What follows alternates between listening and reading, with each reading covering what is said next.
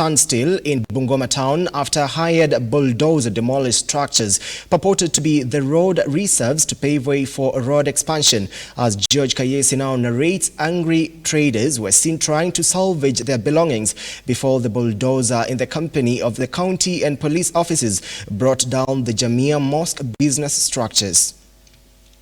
This is the picture in Bungoma town. Traders are counting huge losses after the county government demolished the business structures for allegedly being built on road reserves. Mimi ni mmoja wao ambao nimekuwa na duka hapa kwa msikiti. Imetustajabisha sana kwa sababu jana jioni ndio watu wa kutoka kwa county government walikuja wakiweka X kwa manyumba. Na tulipowauliza watakuja kubomoa siku gani, hawakuwa na jibu. Lakini sasa leo mchana tumeshtukia tu lori imekuja na mapolisi na tukaambiwa tutoe vitu zetu ndani. Tumekata license za hii mwaka.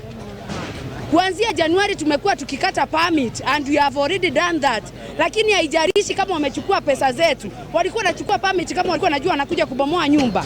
Hawangetukatisha license. Sasa tumekata license, hatuna mahali pa kwenda. Wengine wetu tunaenda kuhangaika. Hatujui tunaenda wapi. According to the business owners, they have been paying license fees to the county government and taxes, lamenting that the demolition has left them stranded amid the high cost of living. Shairo kuzingine tuko nazo kwa sababu vile maisha inatupeleka mbio. Kumbuka ndio tumepeleka watoto shule hii Januari. Kwa hivyo tulikuwa tumechukua pesa kwa benki, zingine tumechukua kwa watu binafsi ndio tufanye biashara na tupeleke watoto shule. You can imagine loan yenye ulichukua Januari unaweza kuwa umelipa miezi 2. Ndio tumechukua pesa tuanzie kuweka stocks. Hata hatujui tuanzie wapi.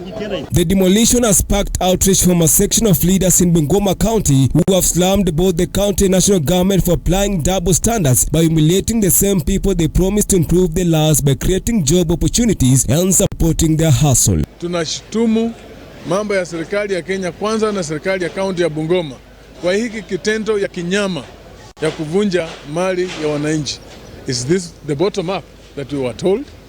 Hii ndio mambo ya mahustlers, ile inaonyesha watu wadogo wanafurushwa, wanaumizwa, wanavunjwa biashara yao, wanatolewa. Yale mambo ambayo yanaendelea ni mambo si yale Mheshimiwa William Ruto na serikali yake waliahidi wa Kenya. The exercise is set to proceed in different areas of Bungoma County after several buildings have been marked indicating they are set to be demolished. George Kayesi, Look Up TV.